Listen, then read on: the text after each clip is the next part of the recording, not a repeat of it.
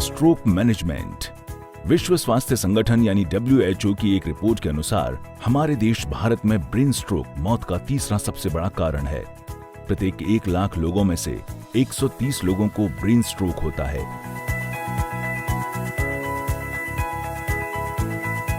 इसके लक्षणों को सही समय पर पहचानते हुए अपनी नजदीकी स्पेशलिटी सेंटर पहुंचना और इलाज शुरू कराने से स्ट्रोक के मरीज को अधिक नुकसान से बचाया जा सकता है।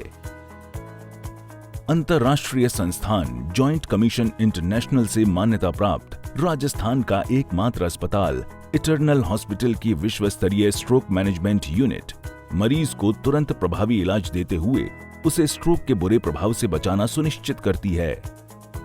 आपको बता दें, सामान्यतः स्ट्रोक 2 प्रकार के हेमरेजिक और एस्केमिक होते हैं। स्ट्रोक के कुल मामलों में हेमरेजिक स्ट्रोक 15% तक ही होते हैं, जबकि 85% तक मामले एस्केमिक स्ट्रोक के होते हैं।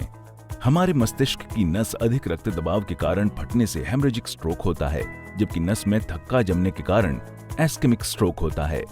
एस्केमिक स्ट्रोक का उपचार आधुनिक न्यूरो इंटरवेंशन मैकेनिकल थ्रोम्बेक्टोमी द्वारा किया जा सकता है, जिसमें बिना किसी ओपन सर्जरी के मरीज के मस्तिष्क के नस में जमे थक्के को निकाल दिया जाता है। इटर्नल हॉस्पिटल की इमरजेंसी में मरीज के आने के बाद लक्षण देखते ही 24/7 उपलब्ध रहने वाले डॉक्टर्स पैरालिसिस यानी स्ट्रोक का पता लगाते हैं। स्ट्रोक के लिए कोड गोल्ड एक्टिव करने के बाद सबसे पहले ब्रेन का CT स्कैन या MRI किया जाता है, जिससे मरीज के स्ट्रोक की स्थिति का पता लगाया जाता है। एस्केमिक स्ट्रोक के कंफर्म होने के बाद CT एंजियोग्राफी द्वारा छोटी या बड़ी नस के ब्लॉकेज का पता लगाया जाता है।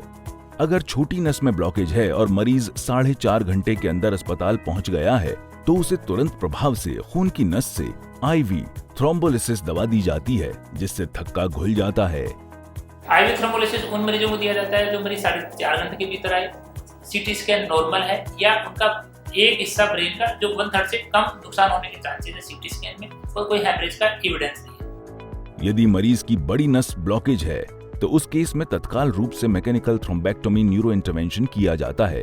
ये थ्रोम्बेक्टोमी 24 घंटे तक की जा सकती है।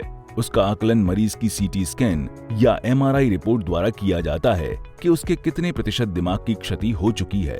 मैं यहाँ पर स्ट्रोक के पेशेंट में इमरजेंसी में जो नस में ब्लॉकेज होने से लकवा और पैरालिसिस के साथ जो मरीज आते हैं, उनका मैकेनिकल थ्रोम्बेक्टोमी के द्वारा, तार के द्वारा, जैसे एंजियोप्लास्टी के थ्रू ब्रेन से क्लॉट को निकाल दिया जाता है। यह ट्रीटमेंट मरीज के उन न्यूरॉन्स को जो कि नस बंद होने से डैमेज होने वाले हैं, उन्हें बचाया जाता है। इटर्नल हॉस्पिटल में न्यूरो इंटरवेंशन के लिए समर्पित अत्याधुनिक CT स्कैन, MRI और FD20 फिलिप्स कैथ लैब 24 घंटे उपलब्ध है, जहां स्ट्रोक का सफलतापूर्वक उपचार किया जाता है। हॉस्पिटल के न्यूरो साइंस विभाग के chairman doctor Suresh Gupta, neurologist doctor Surendra Khoshia, interventional neuro radiologist doctor Madan Mohan Gupta stroke के मरीज की गहनता से जांच कर इलाज करते हैं। स्ट्रोक में 1 मिनट में 20 लाख न्यूरॉन डैमेज होते हैं, इसलिए मरीज को कम से कम नुकसान हो, इसके लिए अस्पताल के अनुभवी विशेषज्ञ और सपोर्टिंग स्टाफ के बेहतरीन सामंजस्य की बदौलत CT स्कैन, एंजियोग्राफी और मैकेनिकल थ्रोम्बेक्टोमी प्रोसीजर की प्रक्रिया 30 से 60 मिनट में ही पूरी कर दी जाती है और मरीज की जान बचा ली जाती है। शुरुआती उपचार पूरा होने के बाद मरीज का 3 से 4 दिन तक मेडिकल मैनेजमेंट किया जाता है और सामान्यतः 4 से 5 दिन में रिकवर होने के बाद मरीज अपने घर वापस चला जाता है। घर जाने के बाद उसे रूटीन फॉलोअप के लिए अस्पताल बुलाया जाता है, जिससे उसकी किसी भी तरह की संभावित समस्या का निदान किया जा सके।